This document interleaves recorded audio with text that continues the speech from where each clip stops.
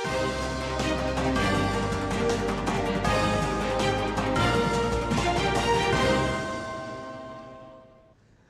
आप देख रहे हैं डीडी न्यूज। आपके साथ मैं हूं गौरव श्रीवास्तव। तो चलिए बुलेटिन की शुरुआत करते हैं और सबसे पहले नजर डालते हैं इस वक्त की हेडलाइंस पर। प्रधानमंत्री ने बेंगलुरु में 22,800 करोड़ रुपए की मेट्रो परियोजनाओं का किया उद्घाटन और शिलान्यास। 4 राज्यों के लिए 3 नई वंदे भारत ट्रेन को दिखाई हरी झंडी। बेंगलुरु में एक बार फिर प्रधानमंत्री मोदी ने दोहराई ऑपरेशन सिंदूर की सफलता। कहा, पूरी दुनिया ने किया नए भारत के स्वरूप के दर्शन।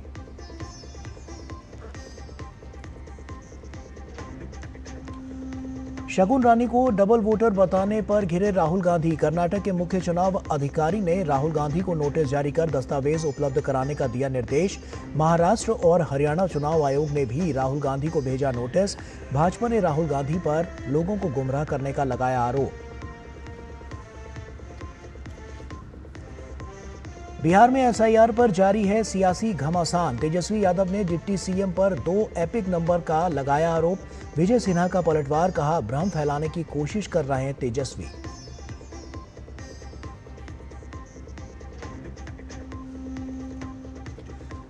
रॉबर्ट वाड्रा की बढ़ सकती है मुश्किलें। ईडी ने रॉबर्ट वाड्रा के खिलाफ PMLA के तहत कोर्ट में चार्जशीट दाखिल की। रॉबर्ट वाड्रा पर करीब 58 करोड़ रुपए गलत तरीके से कमाने का आरोप। गुरुग्राम के शिकोपुर में जमीन घोटाले का मामला।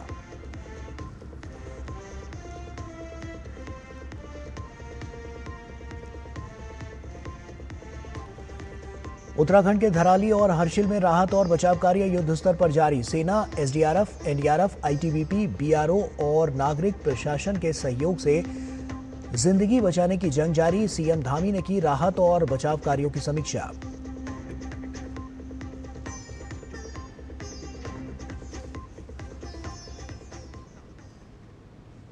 और आइए बुलेटिन की शुरुआत करते हैं और सबसे पहले बात करते हैं प्रधानमंत्री मोदी के बेंगलुरु दौरे की। प्रधानमंत्री नरेंद्र मोदी ने बेंगलुरु में शहरी संपर्क परियोजनाओं का लोकार्पण और शिलान्यास किया। उन्होंने 15,610 करोड़ रुपए से अधिक की लागत की बैंगलोर मेट्रो चरण 3 परियोजना की आधारशिला भी रखी। वहीं 3 नई वंदे भारत ट्रेन को हरी झंडी भी दिखाई। आईटी के लिए दुनिया भर में विख्यात बेंगलुरु के लिए नई मेट्रो लाइन लाइफलाइन बनेगी। बेंगलोर मेट्रो फेज 2 कुल 19 किलोमीटर लंबी एलिवेटेड मेट्रो है और इसमें 16 स्टेशन हैं। बेंगलुरु के आईटी हब को कनेक्ट करने वाली मेट्रो को प्रधानमंत्री नरेंद्र मोदी ने हरी झंडी दिखाकर उद्घाटन किया। उन्होंने आरवी रोड से इलेक्ट्रॉनिक सिटी तक सफर किया। सफर के दौरान उन्होंने लोगों से नई मेट्रो लाइन और इससे होने वाली सहूलियतों के बारे में जाना। इस खंड को पूरा करने में कुल 7,160 करोड़ रुपए खर्च हुए हैं। वहीं अब बेंगलुरु में मेट्रो का परिचालन विस्तार 96 किलोमीटर तक हो चुका है और देश में कुल 24 शहरों में ये नेटवर्क 1000 किलोमीटर से अधिक फैल चुका है। 2014 में मेट्रो सिर्फ 5 शहरों तक सीमित थी, 5 सिटीज। अब 24 सिटीज में 1000 किलोमीटर से ज्यादा मेट्रो नेटवर्क है। भारत अब दुनिया का तीसरा सबसे बड़ा मेट्रो नेटवर्क वाला देश बन गया है। बेंगलोर मेट्रो फेज 3 के लिए कुल 15,610 करोड़ रुपए की लागत वाली मेट्रो लाइन निर्माण की आधारशिला भी प्रधानमंत्री ने रखी। इसकी कुल लंबाई 44 किलोमीटर से अधिक होगी और जिसमें 31 एलिवेटेड स्टेशन होंगे। मेट्रो के अलावा प्रधानमंत्री ने 3 वंदे भारत एक्सप्रेस रेलगाड़ियों को हरी झंडी दिखाई। ये बेंगलुरु से बेलगावी, अमृतसर से माता वैष्णो देवी कटरा और नागपुर से पुणे के बीच में चली। प्रधानमंत्री ने वंदे भारत में सवारी भी की। प्रधानमंत्री ने बताया कि बीते दशक में देश में कुल 40,000 किलोमीटर रेल नेटवर्क का इलेक्ट्रिफिकेशन हुआ है। उन्होंने कहा कि आर्थिक तरक्की देश के विकास में बड़ा फैक्टर है। अब भारत का लक्ष्य आने वाले दिनों में तकनीकी लीड लेना है।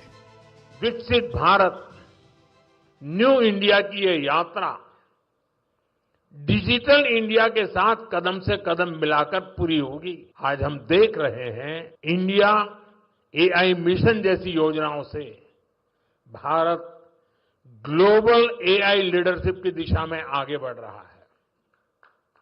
सेमीकंडक्टर मिशन भी अब स्पीड पकड़ रहा है। भारत को जल्द ही मेड इन इंडिया चिप मिलने जा रही है।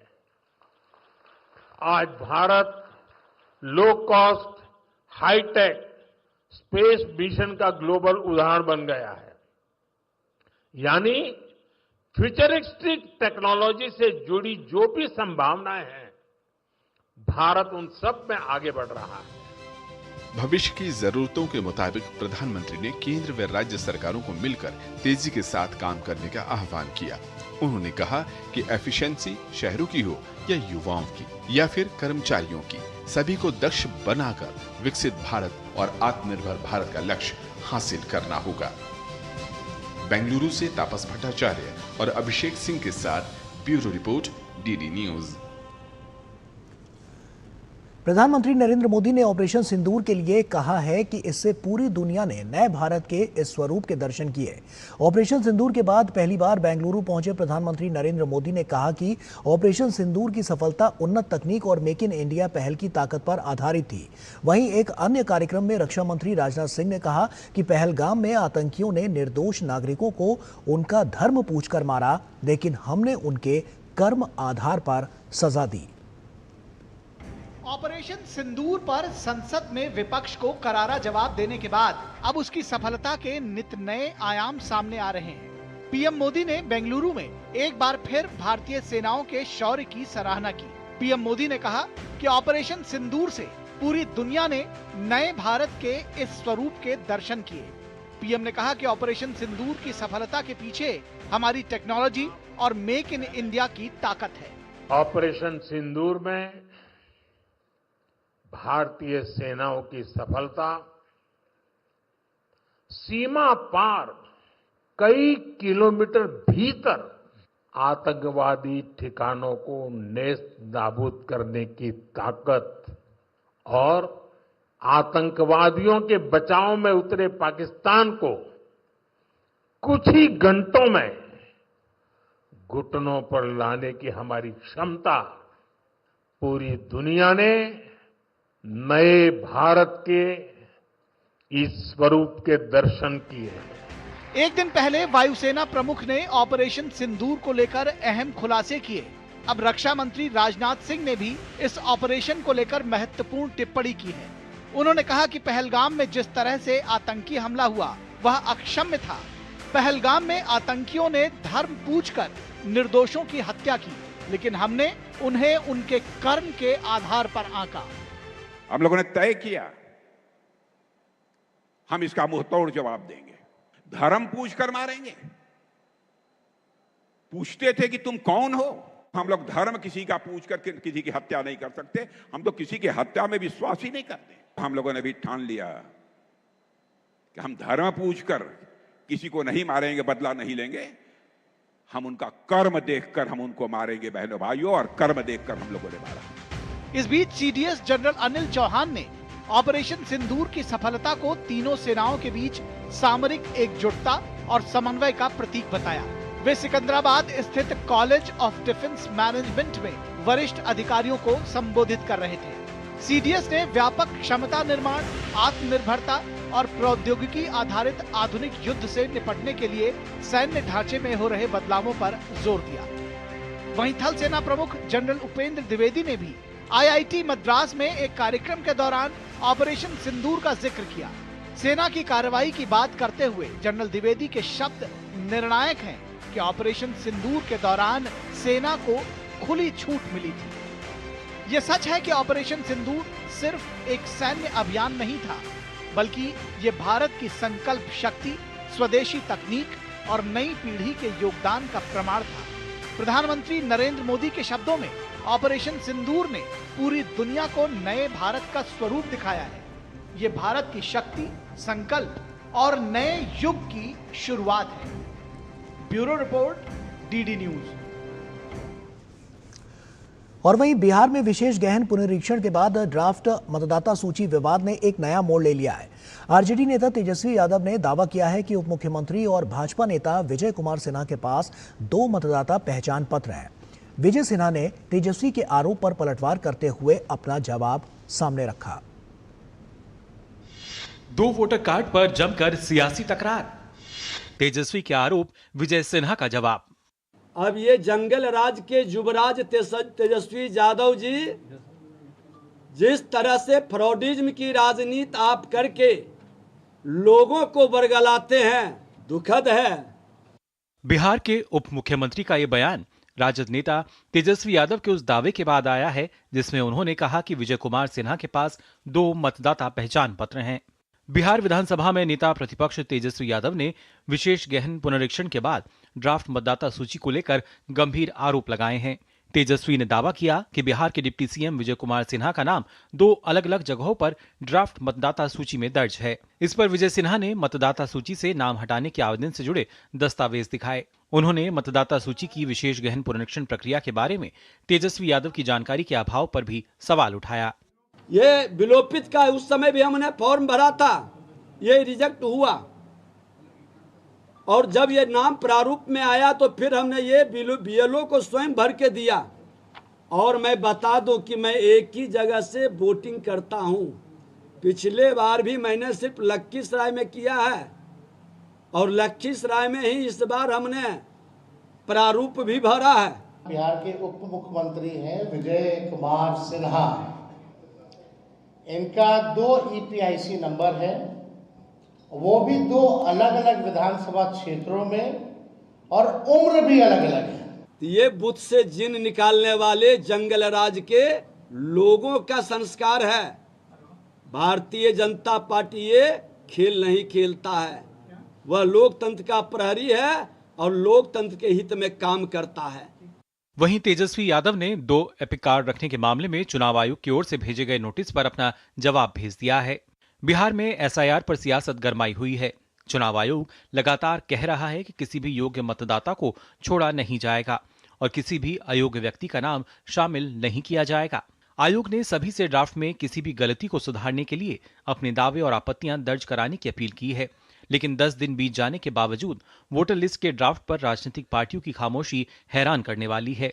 चुनाव आयोग के मुताबिक अभी तक किसी भी राजनीतिक पार्टी ने किसी का नाम जोड़ने या हटाने के लिए कोई आपत्ति दर्ज नहीं कराई है। वहीं विशेष गहन पुनरीक्षण यानी SIR प्रक्रिया पूरी करने के बाद ड्राफ्ट मतदाता सूची से बाहर किए गए 65 लाख वोटरों का ब्यौरा जारी करने की मांग वाली एसोसिएशन फॉर डेमोक्रेटिक राइट्स की एप्लीकेशन के जवाब में चुनाव आयोग ने सुप्रीम कोर्ट में एक नया हलफनामा दायर कर कहा है कि मौजूदा नियमों के मुताबिक उसे ड्राफ्ट सूची में शामिल न किए गए लोगों के नाम की अलग से लिस्ट जारी करने के लिए बाध्य नहीं किया जा सकता है। साथ ही चुनाव आयोग ने कहा कि नियमों के मुताबिक यह इलेक्शन कमीशन की जिम्मेदारी नहीं बनती कि वो ड्राफ्ट लिस्ट में किसी भी व्यक्ति विशेष नाम को ना शामिल करने के पीछे का कारण बताए। विकास सारथी के साथ ब्यूरो रिपोर्ट, DD न्यूज। और बिहार के उप मुख्यमंत्री विजय सिन्हा को चुनाव आयोग ने नोटिस जारी किया है। विजय सिन्हा पर 2 वोटर ID कार्ड रखने का आरोप है। निर्वाचन पदाधिकारी बांकीपुर ने उप मुख्यमंत्री को नोटिस जारी कर पूछा है कि आपका 2 स्थानों पर वोटर लिस्ट में नाम है, इस संबंध में आप जवाब दें। आयोग ने 14 अगस्त तक विजय सिन्हा से जवाब मांगा है।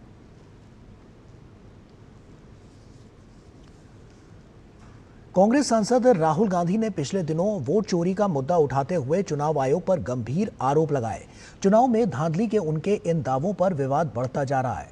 सूत्रों के अनुसार निर्वाचन आयोग ने इस मुद्दे पर लोकसभा में नेता प्रतिपक्ष से कहा है कि या तो राहुल गांधी अपने दावों के समर्थन में शपथ पत्र पर हस्ताक्षर करें या फिर फर्जी आरोप लगाने के लिए देश से माफी मांगे। इसी बीच कर्नाटक के मुख्य निर्वाचन अधिकारी ने राहुल गांधी को नोटिस भेजा, जिसमें उन्होंने कहा कि राहुल गांधी द्वारा की गई 7 अगस्त की प्रेस कॉन्फ्रेंस में शकुन रानी द्वारा 2 बार वोटिंग करने का आरोप गलत है।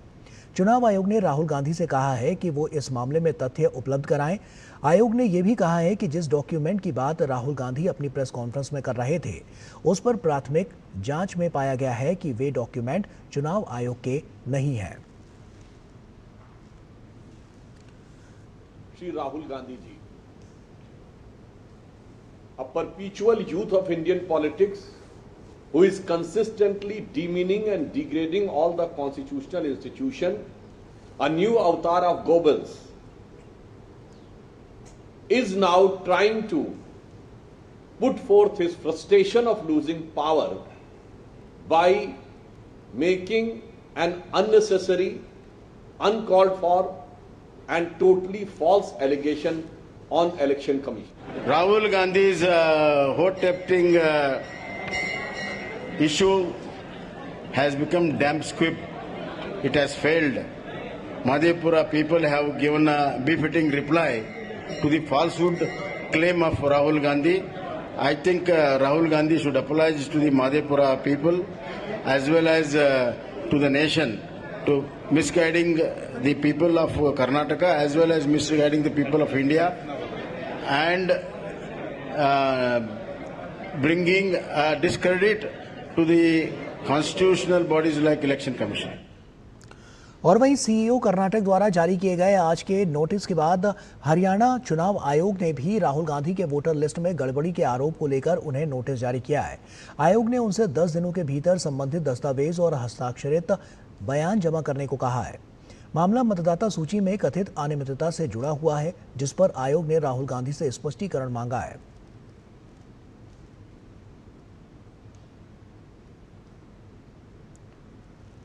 महाराष्ट्र के मुख्य निर्वाचन अधिकारी के कार्यालय ने कांग्रेस सांसद और लोकसभा में नेता प्रतिपक्ष राहुल गांधी को पत्र भेजकर 7 अगस्त 2025 को आयोजित प्रेस कॉन्फ्रेंस में दिए गए उनके बयानों पर स्पष्टीकरण मांगा है। प्रेस कॉन्फ्रेंस में राहुल गांधी ने राज्य की मतदाता सूची में अयोग्य मतदाताओं के शामिल होने और योग्य मतदाताओं के नाम हटाए जाने के आरोप लगाए थे। मुख्य निर्वाचन अधिकारी ने 7 अगस्त 2025 को भी राहुल गांधी को पत्र भेजकर संबंधित मतदाताओं का पूरा विवरण उपलब्ध कराने को कहा गया था। मुख्य निर्वाचन अधिकारी ने रविवार को जारी रिमाइंडर लेटर के जरिए फिर से अनुरोध किया है कि हस्ताक्षरित घोषणा शपथ पत्र 10 दिनों के भीतर भेजा जाए, ताकि 1950 के प्रतिनिधित्व अधिनियम और 1960 के रजिस्ट्रेशन ऑफ इलेक्टर्स रूल्स के प्रावधानों के तहत आवश्यक कार्रवाई शुरू की जा सके। निर्वाचन कार्यालय ने स्पष्ट किया है कि आरोपों की जांच और सत्यापन के लिए ये प्रक्रिया आवश्यक है और चुनावी पारदर्शिता बनाए रखने हेतु इसे गंभीरता से लिया जा रहा है।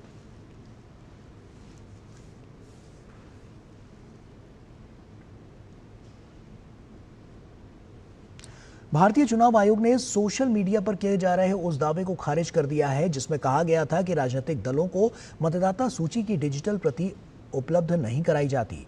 आयोग ने स्पष्ट किया है कि यह दावा पूरी तरह से झूठा और भ्रामक है।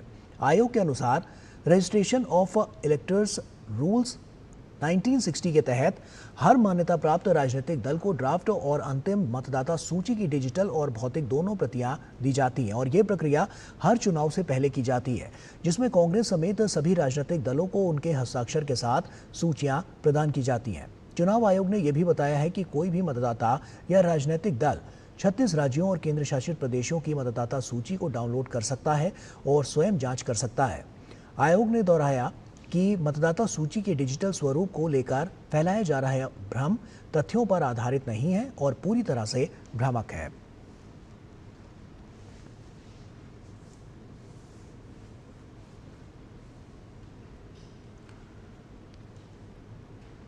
बात उत्तराखंड की करें तो धराली में आई भयावह आपदा के बाद उत्तरकाशी में आपदा प्रभावित क्षेत्रों में बचाव अभियान युद्ध स्तर पर जारी है। अब तक 1126 से अधिक लोगों को उनका रेस्क्यू किया जा चुका है और सेना और राहत दल विभिन्न इलाकों में संपर्क बहाल करने में जुटे हुए हैं। लिमची घाट पर बैली ब्रिज का निर्माण अंतिम चरण में है, तो वहीं सेना का आपदा प्रभावित क्षेत्र में सर्च अभियान भी तेजी से जारी है। उत्तराखंड के सीएम ने आपदा में हुए नुकसान का आकलन करने के लिए एक समिति का गठन किया है ताकि प्रभावित लोगों को राहत प्रदान की जा सके। पल पल की जानकारी के लिए ग्राउंड जीरो पर डीडी न्यूज की टीम मौजूद है। उत्तरकाशी में जिंदगियां बचाने की जंग जारी। उत्तरकाशी में आपदा प्रभावित क्षेत्रों में बचाव अभियान तेज। सेना का आपदा प्रभावित क्षेत्र में सर्च अभियान जारी। मलबे में दबे लोगों को तलाश रही है सेना। उत्तराखंड के उत्तरकाशी जिले के धराली गांव में मंगलवार को आई भीषण त्रासदी ने पूरे देश को झकझोर कर रख दिया है। क्या घर, क्या दुकानें और बाजार सब तबाह हो गए। कई लोग अब भी लापता हैं। हालात की गंभीरता को देखते हुए मौके पर सेना, एनडीआरएफ और एसडीआरएफ की टीमें राहत और बचाव कार्यों में लगातार जुटी हुई हैं। अब तक 1250 से अधिक लोगों को हर्षिल और धराली से सुरक्षित स्थानों पर ले जाया जा चुका है। आपदा प्रभावित इलाके से जिंदगी की तलाश तो जारी है ही, साथ ही मातली हेलीपैड से 8 हेलीकॉप्टर्स की मदद से खाद्य और राहत सामग्री पहुंचाई जा रही है। लौटते समय हेलीकॉप्टर से लोगों को सुरक्षित स्थानों पर लाया जा रहा है। पल पल की जानकारी के लिए ग्राउंड जीरो पर डीडी न्यूज की टीम मौजूद है। धराली में आई प्राकृतिक आपदा पर ग्राउंड जीरो पर डीडी न्यूज पहुंचा है। एनडीआरएफ, एसडीआरएफ, आर्मी के जवान और पुलिस प्रशासन खोजबीन का कार्य में लगा हुआ है और कहीं न कहीं लोगों की एक आस है कि हमारे लोग अगर कहीं दबे हैं तो इनको निकालने का प्रयास रहेगा। डीडी न्यूज की टीम ने भीषण त्रासदी से प्रभावित लोगों से बात कर उनका दर्द जाना। जब हमारा मेला था, सब पूरे ग्राम सब बच्चे यहाँ रखते, हमारा मेला था यहाँ इस समय सूर्य देवता की वसी, हम सब बच पाए, हम पहाड़ पे भागे। अगर घर पे रहते तो कोई नहीं बचता इसका। 2013 में आई थी जो बाढ़, इससे कम आई। ये तो इस बार तो बहुत ही ज्यादा आया, पूरा अंधकार हो गया। बचाव और राहत कार्यों के लिए सेना पूरी तरह से मुस्तैद है। कर्मियों, तकनीशियनों और राहत सामग्री के साथ C295 विमान आगरा से धरासू पहुंच गया है। हर्षिल एवं धराली के पास राष्ट्रीय राजमार्ग के लगभग 350 मीटर भाग में मलबा आया है, जिसमें 250 मीटर तक मार्ग से मलबा हटाया गया है और 100 मीटर भाग खोला जाना बाकी है, जिसे ठीक करने के लिए बीआरओ के 5 जेसीबी, पोकलेन मशीन, डोजर सहित 45 अधिकारी, कर्मचारी, मजदूर, ऑपरेटर जुटे हुए हैं। हमारा फोकस है जो लोग गांव के दब गए हैं, इसमें जो क्लाउड बर्स्ट हुआ है उसमें उनको खोजने की। आपके पीछे भी आप देख रहे हैं कि रडार का इस्तेमाल किया जा रहा है और डॉग्स और डिगिंग पार्टीज जहां पे रडार और डॉग इंडिकेट करते हैं वहां पे खोद के उनको निकालने की कोशिश कर रहे हैं। वैली ब्रिज उत्तरकाशी के धराली की जीवन रेखा से फिर से जुड़ गया है। गंगोत्री राष्ट्रीय राजमार्ग पर गंगनानी लिमचागाड़ के पास वैली ब्रिज आर्मी के जवानों की कड़ी मेहनत के बाद बनकर तैयार हो गया है। ब्रिज चालू होने से राहत कार्यों में तेजी आएगी और स्थानीय लोगों को बड़ी राहत मिलेगी। हालांकि इस पुल को बनाना सेना के लिए आसान नहीं था। ब्रिज को बनाने में बहुत कठिनाइयों का सामना किया, जो हमको बीआरओ के साथ मिलकर जो काम करना पड़ा है वो काफी महत्वपूर्ण रहा और हमारे पास जो बैक स्पेस कम होने की वजह से हमने फोक लैंड का इस्तेमाल करते हुए ब्रिज को पार किया है। उत्तराखंड के मुख्यमंत्री पुष्कर सिंह धामी ने धराली में आई प्राकृतिक आपदा के बाद चलाए जा रहे राहत और बचाव कार्यों की समीक्षा की। सीएम धामी ने अधिकारियों के साथ बैठक कर रेस्क्यू ऑपरेशन के संबंध में जानकारी ली और अधिकारियों को जरूरी दिशा निर्देश भी दिए।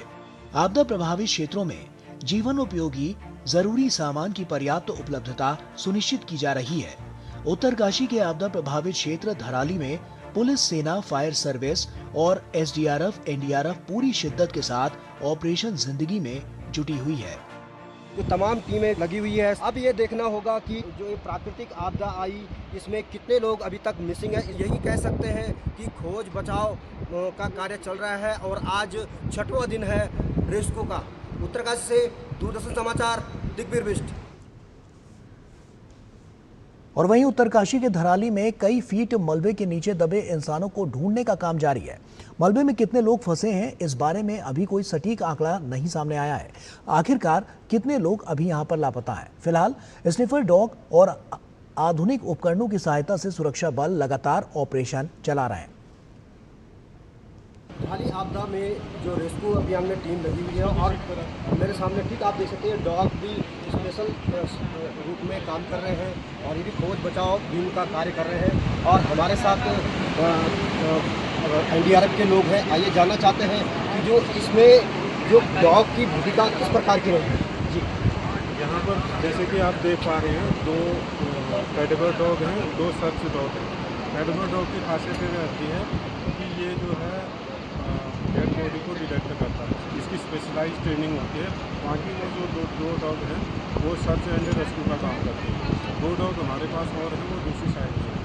अच्छा, इसके अलावा किस तरह से और किया जाता है? इसके अलावा हमारे पास ये GPR आ गया है, इसकी मदद से। उससे पहले हमने टेक्निकल सर्च किया था DLC के माध्यम से और LD के माध्यम से, जो लाइव डिटेक्ट करता है, LD1 और LD3। स्टार्टिंग फेज में उसे किया कि वो हार्टबीट के उस पर सिद्धांत पर काम करता है। अच्छा सर, आपके लोगों से बात हुई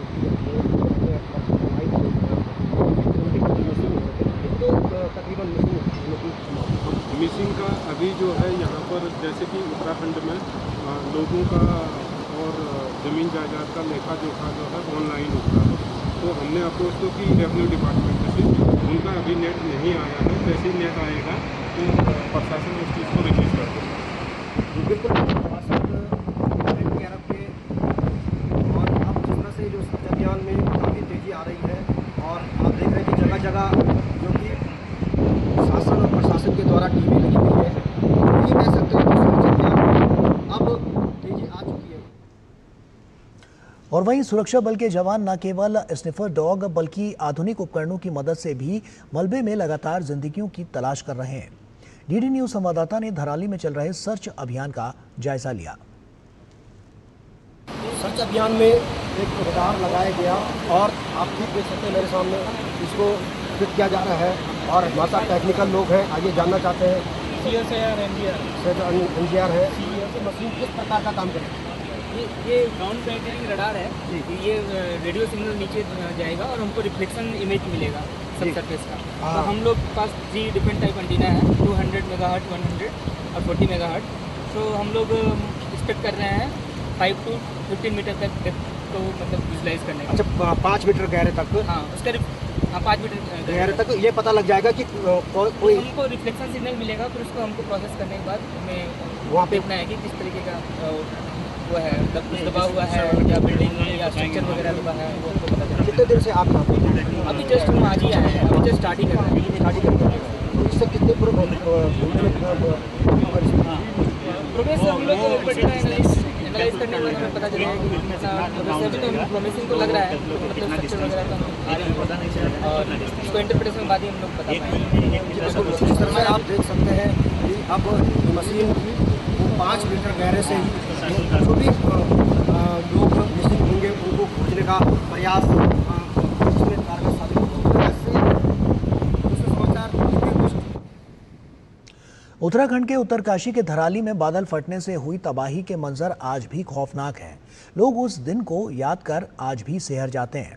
हमारे संवाददाता ने उन प्रत्यक्षदर्शियों से बात की जो उस दिन विनाशकारी आपदा में सब कुछ समाप्त होते हुए जिन्होंने देखा था। मुखबा गांव के लोग बिल्कुल चश्मदीद गवाह बने धराली आपदा की। और अब मैं पिक दिखा सकता हूँ आपको कि ये धराली मुखबा गांव से साफ दिखता है कि कितना सुंदर गांव था और आज पूरे मलबे में पूरा जो धराली बाजार है, धराली गांव है और धराली का जो कल्प केदार मंदिर है पूरी तरह से मलबे में तब्दील हो गया। सिर्फ बचा हुआ है तो सामेश्वर देवता का मंदिर, जहां गांव के लोग एकत्रित होकर गांव में मेला मना रहे थे। और अब जिस तरह से जो हमारे साथ हम लोग मुखबा की साइड में हैं और हमारे साथ ग्रामीण हैं और मुखबा के, और इन्होंने खुद लाइव वीडियो करके एक दृश्य लोगों के सामने रखा है। तो हमारे साथ सुमित जी है। सुमित जी, आप बताएं कि किस तरह का दृश्य रहा होगा उसमें? एक आवाज़ आई मुखबा से, हमने सोचा कि बारिश हो रही, तो हमें पहले से ही अनुभव हो गया था कि जो क्षीर गंगा है वो हर वक्त बारिश में पड़ती है। इस बार तो उसने अपना रूप नहीं दिखाया, एक के बार उसने आज जो ये दृश्य दिखाया है, तो कहीं ना कहीं सब लोग यहाँ पर मुखबा के गांव के सभी लोग सीटी और आवाज़, कोई चिल्लाए, कोई हमारी जो माताएं हैं वो रोई है, क्योंकि जो वो एक दृश्य था वो हमारे अभी आँखों में, हम उसे कभी नहीं भूल पाएंगे। मैं इस तरह से पहली बार देख रहा हूँ। जो गए हूँ जवान लड़के थे, कम से कम वो रहे होंगे 30 और 35 के बीच के रहे होंगे, और वो भी ऐसे रहेंगे, उन्होंने भी भागने का मौका, उन्होंने किसी को जो बुजुर्ग थे या स्थानीय महिलाएं थी उनको बचाने या टूरिस्ट थे उनको बचाने के चक्कर में वो बेचारे से अपनी ज़िंदगी से हाथ धो देते हैं। जो दुख है वो इस क्षेत्र के सभी लोगों को है, क्षेत्र के पूरे जनपद को ही काफ़ी दुख है। तो कहीं ना कहीं जो इस दुख की घड़ी में ये लोग इनके साथ खड़े हैं और जो जिस तरह से मंजर है, उनको जो लापता लोग हैं उनको खोजने का प्रयास लगातार जारी है। उत्तरकाशी से दूरदर्शन समाचार, दिग्विजय बिष्ट। और वहीं उत्तराखंड के धराली में आई प्राकृतिक आपदा के बाद गंगोत्री से विधायक सुरेश चौहान लगातार ग्राउंड जीरो पर हैं और हर स्थिति पर नजर बनाए हुए हैं। आपदा के बाद जारी राहत और बचाव कार्य से जुड़े तमाम मुद्दों पर उनसे बात की हमारे संवाददाता ने।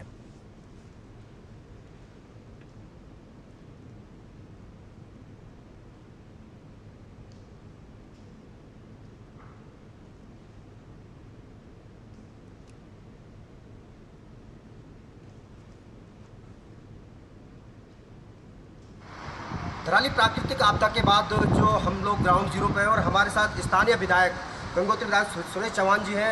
आइए जानना चाहते हैं कि आप 5 दिन से लगातार यहाँ पे मॉनिटरिंग कर रहे हैं और आज 6वां दिन है, तो किस तरह से आप राहत बचाव कार्यों में लोगों की मदद कर रहे हैं?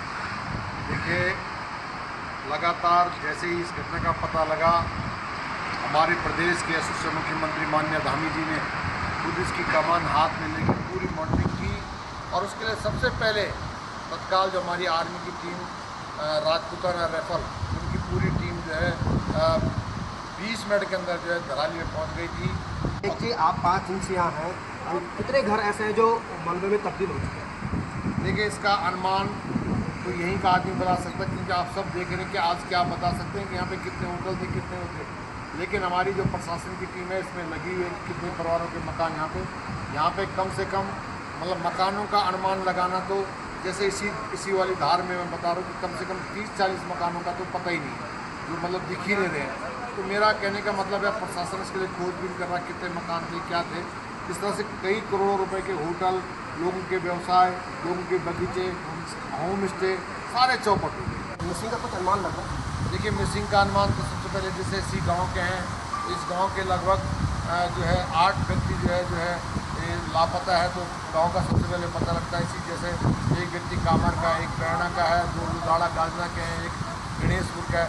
तो धीरे धीरे कई लेबर बिहारी है, कई नेपाली है, तो उनके जो परिजन है वो यहाँ पर आ रहे हैं कि धराली में रहते हैं।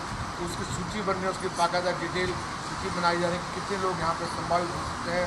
तो कहीं ना कहीं जिस तरह से जो आपदा राहत बचाव कार्य में शासन से लेकर प्रशासन तक और SDRF, NDRF आदि टीमें यहाँ पे राहत बचाव कार्य कर रही है। उत्तरकाशी से दूरदर्शन समाचार, दिग्वीर बिष्ट। वक्त यहाँ पर एक छोटे से ब्रेक का है, जल्द हाजिर होते हैं। म्यूचुअल फंड में कैसे करें निवेश, SIP से कैसे जीती जाए इन्वेस्टमेंट की रेस, गवर्नमेंट स्कीम से कैसे मिलेगा बेहतर रिटर्न, बाजार की जोखिम में कैसे होगी सुरक्षित इनकम, पर्सनल फाइनेंस के क्लियर होंगे सब डाउट, फाइनेंशियल मिथ्स को विशेषज्ञ करेंगे आउट। देखिए मनी मंत्र हर शनिवार सुबह 9:30 बजे सिर्फ DD न्यूज पर।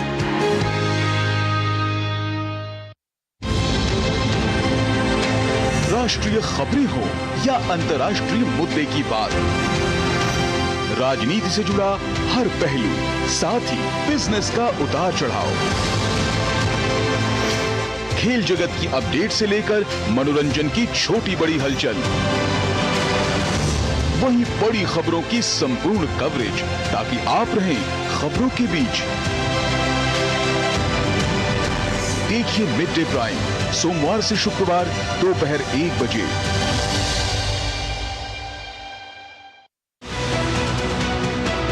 हर खबर की बारीकी से होती है पड़ताल, खबर के पीछे का सच और उसका सटीक विश्लेषण आप तक लेकर आते हैं हम। चाहे बात सियासत की हो या अंतर्राष्ट्रीय जगत, ग्राउंड जीरो से रखते हैं खबर पर पैनी नजर। देखिए हमारा खास शो खबरों का सरपंच न्यूज पंच, सोमवार से शुक्रवार सुबह 10:30 बजे और दोपहर 2 बजे सिर्फ न्यूज पर।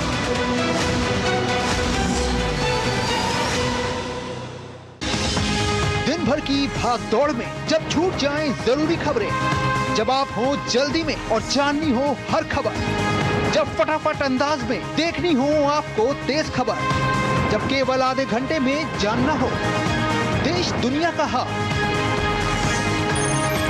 तब देखिए खबरों का हाई स्पीड शो एक्सप्रेस 100। जिंदगी एक गणित है और भविष्य एक कैलकुलेशन। आपके चारों तरफ तैरती हुई खबरें एक मकड़जाल की तरह है। देखते तो हम बहुत कुछ हैं, लेकिन सच कितना जानते हैं, क्योंकि सच तालों में बंद है। इसी सच को हम आपके लिए डीकोड करेंगे।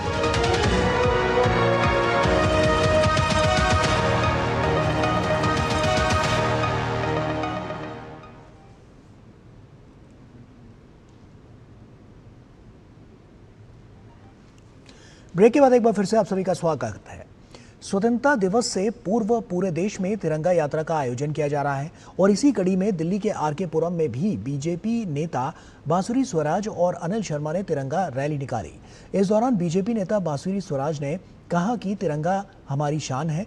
स्वतंत्रता दिवस के उपलक्ष्य में और ऑपरेशन सिंदूर की कामयाबी का जश्न मनाते हुए हम सभी यहाँ तिरंगा यात्रा निकालने आए हैं।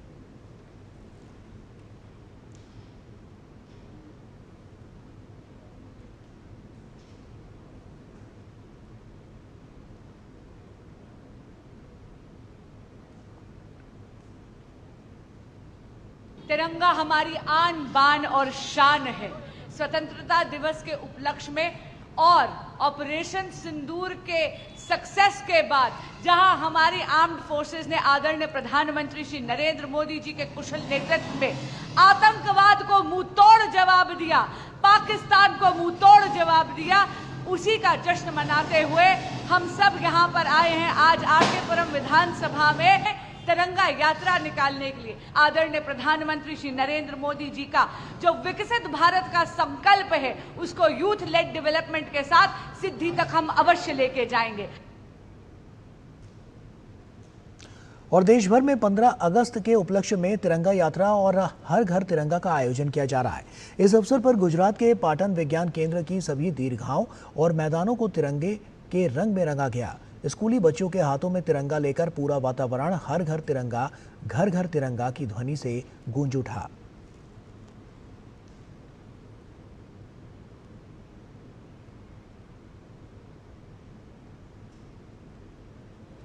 और वहीं दीव की 3 ग्राम पंचायतों द्वारा हर घर तिरंगा के बैनर तले रंगोली प्रतियोगिता का आयोजन किया गया। ये प्रतियोगिता महारानी लक्ष्मीबाई ग्राम पंचायत, महाराणा प्रताप ग्राम पंचायत और वनकाबारा ग्राम पंचायत में आयोजित की गई। इन रंगोलियों में आत्मनिर्भर भारत, ऑपरेशन सिंदूर, योग, G20, नए मध्य प्रदेश भवन सहित कई रंगोलियां बनाई गई और इस प्रतियोगिता में बड़ी संख्या में लोगों ने उत्साहपूर्वक भाग लिया।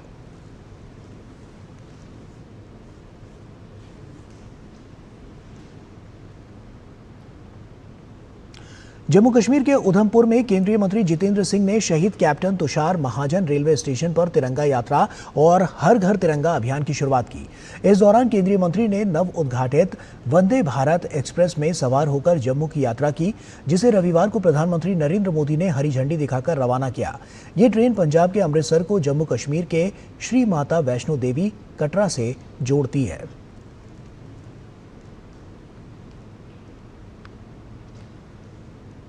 भारतीय जनता पार्टी पूरे देश में हर घर तिरंगा का आयोजन कर रही है और इसी कड़ी में वाराणसी में भी हर घर तिरंगा यात्रा का आयोजन किया जा रहा है।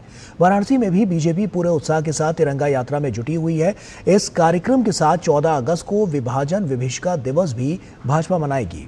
वाराणसी में तिरंगा यात्रा को लेकर डीडी न्यूज संवाददाता हरिकेश बहादुर सिंह गौतम से काशी क्षेत्र के अध्यक्ष दिलीप सिंह पटेल ने खास बातचीत की। तिरंगा यात्रा में काशी की भारतीय जनता पार्टी किस तरह से काम कर रही है, इस पर हमसे बात करने के लिए हमारे साथ हैं काशी क्षेत्र के भाजपा के अध्यक्ष दिलीप सिंह पटेल। पटेल साहब, किस तरह का उत्साह है और क्या क्या आप लोग कर रहे हैं और तैयारी कैसी है? भारतीय जनता पार्टी की राष्ट्रीय नेतृत्व के निर्देशन में पूरे देश के अंदर तिरंगा यात्रा निकाले जा रही है। तिरंगा यात्रा का मुख्य आयोजन भारतीय जनता पार्टी ने निर्णय किया है कि प्रत्येक मंडलों में हो। तो काशी क्षेत्र में कुल 337 मंडल है और ये पार्टी ने 10, 11 और 12 अगस्त को तिरंगा यात्रा निश्चित किया है। 13-14 अगस्त को भी आप लोग कुछ करेंगे, क्योंकि ऐसा जो योजना आपकी भारतीय जनता पार्टी प्रत्येक जिलों में भारत विभाजन विभीषिका दिवस को मनाने जा रही है, जिसका मुख्य उद्देश्य है देश की आज़ादी के पूर्व संध्या पर जिस तरीके से लाखों लोगों का कत्लेआम हुआ, लाखों लोगों की हत्याएं हुई, उनके याददाश्त में, उनके स्मृति में उनका कोई दोष नहीं था। विभाजन एकाएक फैसला लिया गया। उनके स्मृति में प्रत्येक जिले में एक गोष्ठी का आयोजन होगा, इसी के साथ मौन जुलूस भी निकाली जाएगी और एक प्रदर्शनी भी विभाजन विभीषिका के ऊपर की जाएगी। तिरंगा यात्रा तो चलेगी ही, साथ में 14 अगस्त को विभाजन विभीषिका दिवस भी मनाया जाएगा।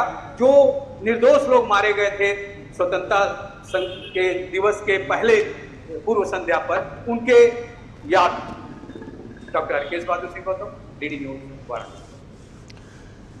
प्रधानमंत्री नरेंद्र मोदी के आह्वान पर हर घर तिरंगा फहराने के अभियान को लेकर लोगों में उत्साह का माहौल देखा जा रहा है। स्वयंसेवी संस्थाओं के साथ आमजन भी इस अभियान से जुड़ रहे हैं।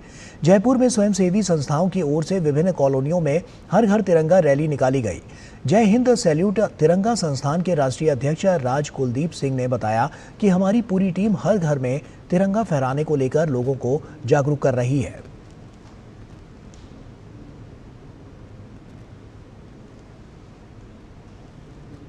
जयपुर शहर की कई कॉलोनियों में हर घर तिरंगा हर हाथ तिरंगा जो प्रधानमंत्री जी का आह्वान है उसको लेकर हम सब लोग निकले हैं और हर घर पे तिरंगा फहरे ऐसा अभियान हमारे प्रधानमंत्री जी द्वारा जो हमको आह्वान किया गया है।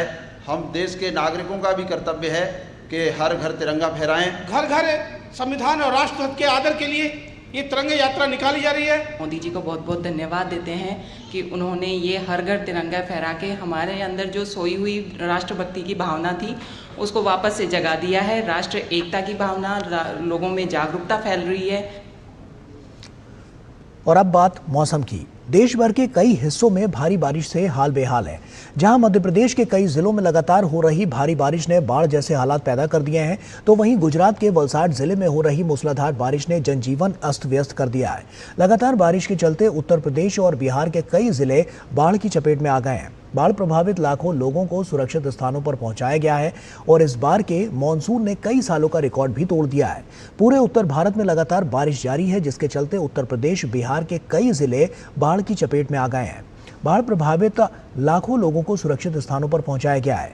प्रयागराज, वाराणसी, अयोध्या, मथुरा जैसे बड़े जनपदों के अलावा कई जिलों के हजारों गांव बाढ़ की चपेट में हैं। इस बार के मानसून के कई सालों का रिकॉर्ड तोड़ा है और पहाड़ों में हो रही बारिश और बिजनौर बैराज से लगातार छोड़े जा रहे पानी से गंगा का जलस्तर लगातार बढ़ रहा है। जल शक्ति मंत्री स्वतंत्र देव सिंह ने गोंडा के बाढ़ प्रभावित क्षेत्रों का हवाई सर्वेक्षण किया। उन्होंने 500 से अधिक बाढ़ पीड़ितों को राहत सामग्री वितरित की और बाढ़ पीड़ितों से मुलाकात कर उनका हालचाल जाना।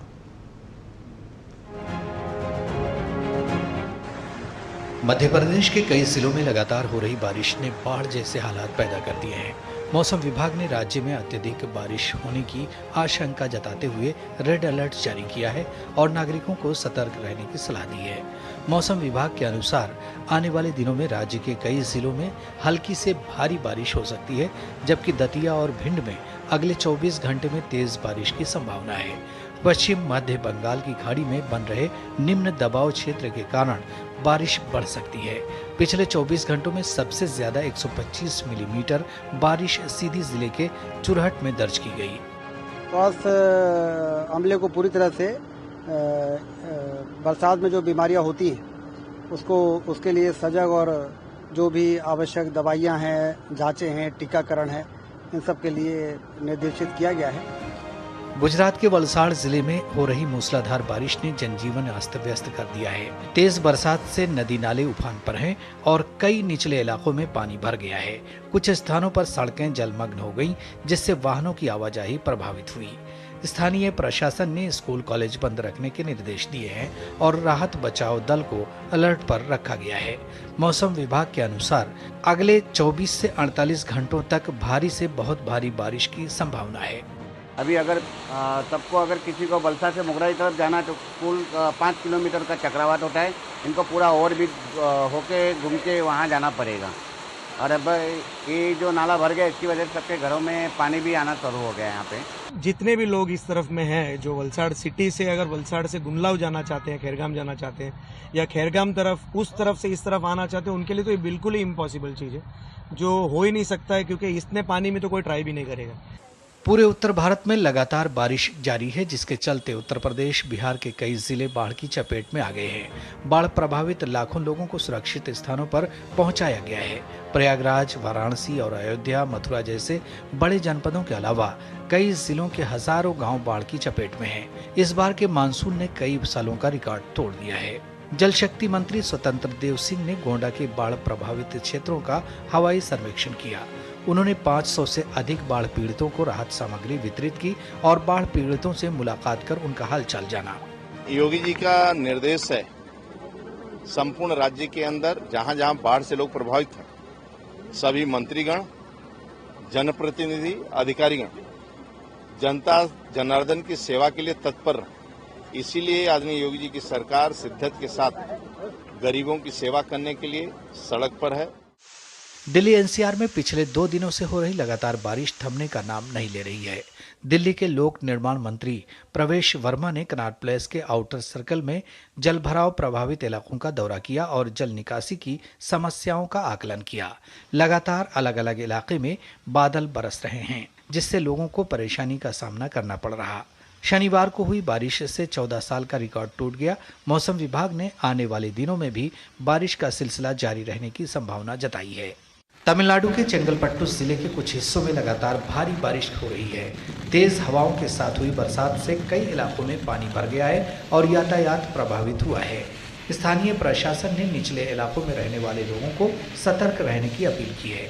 मौसम विभाग के अनुसार अगले 24 घंटों तक बारिश जारी रहने की संभावना है। Bureau report, DD news. और आइए आगे बढ़ते हैं और नजर डालते हैं दिन भर की कुछ और महत्वपूर्ण खबरों पर फटाफट अंदाज में। प्रधानमंत्री सोमवार को खड़क सिंह मार्ग नई दिल्ली में संसद सदस्यों के लिए नवनिर्मित 184 टाइप 7 बहुमंजिला फ्लैटों का उद्घाटन करेंगे। इस अवसर पर प्रधानमंत्री अपने आवास परिसर में सिंदूर का एक पौधा भी लगाएंगे। प्रधानमंत्री इस अवसर पर श्रमजीवियों को संबोधित करेंगे। वे उपस्थित जनसमूह से भी बातचीत करेंगे। देश के मुख्य न्यायाधीश बीआर गवई ने रविवार को गुवाहाटी हाईकोर्ट की ईटानगर स्थायी पीठ के नवनिर्मित भवन का उद्घाटन किया। अपने संबोधन में chief justice of India BR Gavai ने कहा कि न्यायपालिका, कार्यपालिका और विधायिका देश के अंतिम नागरिक को न्याय देने के लिए ही अस्तित्व में है। गुजरात में एशियाई शेरों के दूसरे निवासी स्थान बरडा डूंगर में विश्व शेर दिवस 2025 मनाया गया। केंद्रीय मंत्री भूपेंद्र यादव और गुजरात के मुख्यमंत्री भूपेंद्र पटेल ने विश्व शेर दिवस 2025 समारोह की अध्यक्षता की। केंद्रीय मंत्री भूपेंद्र यादव ने भारत में शेरों की आबादी में 891 की उल्लेखनीय वृद्धि की सराहना की। उत्तर प्रदेश की राजधानी लखनऊ में रविवार को विधानसभा अध्यक्ष की अध्यक्षता में सर्वदलीय बैठक आयोजित की गई, जिसमें उन्होंने सभी दलों के नेताओं से सदन चलाने के लिए सहयोग मांगा। बैठक में विधानसभा अध्यक्ष सतीश महाना, मुख्यमंत्री और नेता सदन योगी आदित्यनाथ, नेता प्रतिपक्ष माता प्रसाद पांडे मौजूद रहे। विधानसभा का मानसून सत्र 11 अगस्त से शुरू होकर 16 अगस्त तक चलेगा। सीबीआई ने मुंबई के 6 व्यक्तियों समेत अज्ञात लोगों और बैंक अधिकारियों के खिलाफ अंतर्राष्ट्रीय साइबर धोखाधड़ी का मामला दर्ज किया है। आरोपी खुद को अमेजन सपोर्ट बताकर अमेरिका, कनाडा सहित कई देशों के नागरिकों से फिशिंग कॉल्स के जरिए ठगी कर रहे थे। महाराष्ट्र के इगतपुरी में स्थित फर्जी कॉल सेंटर में करीब 60 ऑपरेटर काम कर रहे थे। जम्मू कश्मीर के किश्तवाड़ में सुरक्षा बलों का तलाशी अभियान जारी है। रविवार तड़के आतंकवादियों और सुरक्षा बलों के बीच दुल इलाके में शुरुआती गोलाबारी के बाद दिन भर गोलाबारी की कोई खबर नहीं है। पूरे इलाके में अतिरिक्त जवानों की तैनाती की गई है। सुरक्षा बलों को ऑपरेशन में मदद और सटीक लक्ष्य के लिए उन्नत निगरानी उपकरण की तैनाती भी की जा रही है। और वहीं पाकिस्तान के बलूचिस्तान में पिछले कई दिनों से इंटरनेट सेवाओं के निलंबन के कारण शिक्षा, ऑनलाइन व्यवसाय और मीडिया रिपोर्टिंग में व्यवधान आया है। प्रांतीय सरकार का दावा है कि ये फैसला क्षेत्र में सक्रिय सशस्त्र समूहों के बीच संचार को रोकने के लिए लिया गया। अधिकारियों ने बताया है कि अगस्त में बढ़ते तनाव, खासकर पाकिस्तान में राष्ट्रीय दिवस समारोह को मद्देनजर रखते हुए सुरक्षा एजेंसियों की सिफारिश पर यह फैसला लिया गया। एक अधिसूचना में पाकिस्तान टेलीकॉम अथॉरिटी ने बताया कि बलूचिस्तान में 31 अगस्त तक इंटरनेट सेवाएं निलंबित रहेंगी। द बलूचिस्तान पोस्ट के मुताबिक छात्रों, व्यवसाय मालिकों, पत्रकारों और मानवाधिकार संगठनों ने सरकार के इस फैसले की आलोचना की है। ऑनलाइन क्लास में छात्रों ने कहा है कि वे लेक्चर में शामिल नहीं हो पा रहे हैं। इसके साथ ही अपना असाइनमेंट भी जमा नहीं कर पा रहे हैं। ग्रामीण इलाकों में स्थिति और भी गंभीर है, जहां छात्रों के पास पहले से ही सीमित संसाधन है। क्वेटा, तुर्बत, खुजदार और पंजगुर के फ्रीलांसरों और उद्यमियों ने बताया है कि इंटरनेट सेवाओं के बंद होने से उनकी आजीविका ठप हो गई है।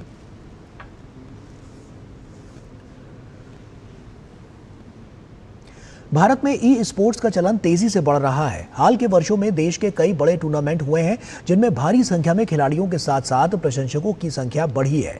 इसी कड़ी में दिल्ली से सटा नोएडा ई ग्रैंड फाइनल की मेजबानी करते हुए गेमिंग गतिविधियों का केंद्र बन गया।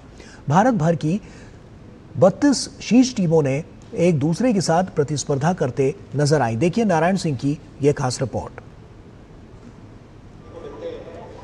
भारत में ई स्पोर्ट्स की लोकप्रियता तेजी से बढ़ रही है। पिछले कुछ वर्षों में देश भर में कई बड़े ई स्पोर्ट्स टूर्नामेंट आयोजित किए गए हैं जिनमें भारी संख्या में लोगों ने हिस्सा लिया और दर्शकों की संख्या में भी बढ़ोतरी देखने को मिली। इसी हफ्ते नोएडा ने सीजन के सबसे बड़े आयोजनों में से एक ई ग्रैंड फाइनल की मेजबानी की। इस जोशीले कार्यक्रम में देश भर से 32 शीर्ष टीमों ने हिस्सा लिया, जिसमें प्रशंसकों और खिलाड़ियों दोनों के लिए एक रोमांचक माहौल देखने को मिला। I think esports is still in growing phase in India and the future is very bright and it will grow in the time. Gamers के साथ पहले हुई बातचीत में प्रधानमंत्री नरेंद्र मोदी ने ई स्पोर्ट्स को एक मुख्य धारा के खेल के रूप में मान्यता देने और इसके विकास में सहयोग देने के महत्व पर जोर दिया था। It's a big W move and it's a very great push when the government is promoting and pushing the esports scenario and the gaming scenario. All the creators watching, all the gamers grinding, they get an inspiration, they get an instant push ki karna hai yaar. We need to grind and we need to show them what Indian gamers are and grow this industry altogether. Lots of esports players, they are coming and they are growing so fast. And see, what my thinking is, I would love to see BGMI or any esports or any LAN in the stadium. If this happen, this will be a very W for our Indian gaming community. E sports ने पहले ही एशियाई खेलों और खेलो India youth games जैसे प्रतिष्ठित मंचों पर अपनी जगह बना ली है, जो एक प्रतिस्पर्धी खेल के रूप में इसकी बढ़ती स्वीकार्यता को दर्शाता है। बढ़ते सरकारी समर्थन, बढ़ते निवेश और युवाओं की उत्साही भागीदारी के साथ भारतीय ई स्पोर्ट्स का भविष्य पहले से कहीं अधिक उज्जवल दिखाई दे रहा है। नारायण सिंह की रिपोर्ट, डीडी न्यूज। और वहीं 3 बार के ओलंपियन निशानेबाज संजीव राजपूत आज राजधानी दिल्ली में आयोजित संडेज ऑन साइकिल इवेंट में शामिल हुए। संजीव राजपूत ने कहा कि साइकिलिंग खुद को फिट रखने के लिए एक शानदार एक्टिविटी है जिसे सबको करना चाहिए। वहीं उन्होंने निशानेबाजी में देश का भविष्य उज्जवल बताया। संजीव राजपूत से खास बात की हमारी संवाददाता सुचित्रा ने। संडेज ऑन साइकिल में आज नजर आए 3 बार के ओलंपियन निशानेबाज संजीव राजपूत। संजीव, कैसा रहा आपका पूरा अनुभव? संडे को हम देख रहे हैं कि हर सुबह दिल्ली के लोग जल्दी उठकर आ रहे हैं और एक साथ मिलकर साइकिलिंग कर रहे हैं। कैसे देखते हैं इस कंसेप्ट को?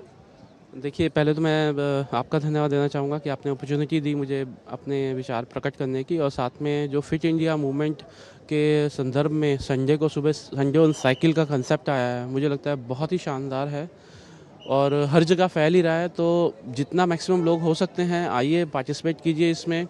आपको एटलीस्ट एक दिन तो साइकिल चलानी चाहिए। अगर एक दिन भी आप साइकिल चलाते हैं, मान लीजिए आधा घंटा भी, तो आपका बॉडी और जो माइंड का कोऑर्डिनेशन है वो इम्प्रूव होगा।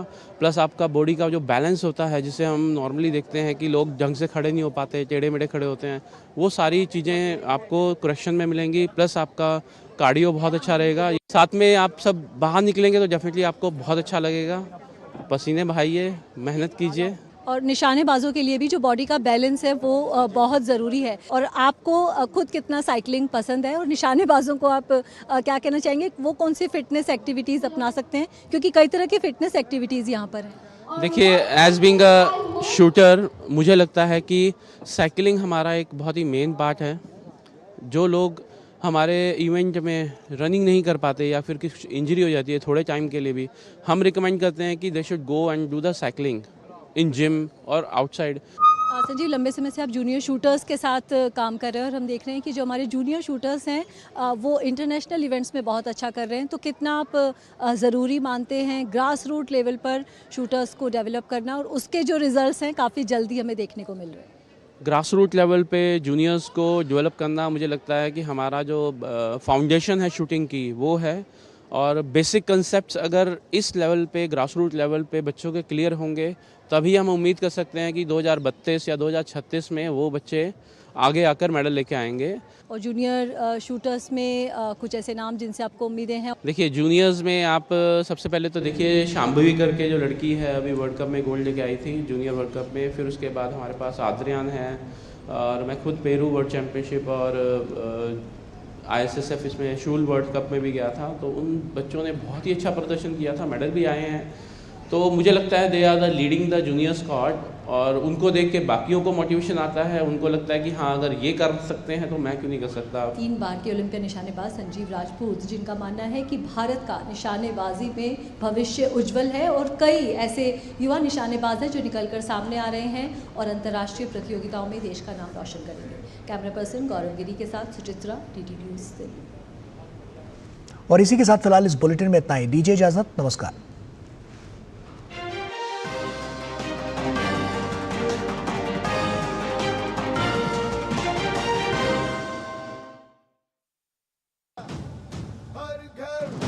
तिरंगा, घर घर तिरंगा, रथ घर तिरंगा, घरों घरी तिरंगा, प्रत्येक घरी तिरंगा।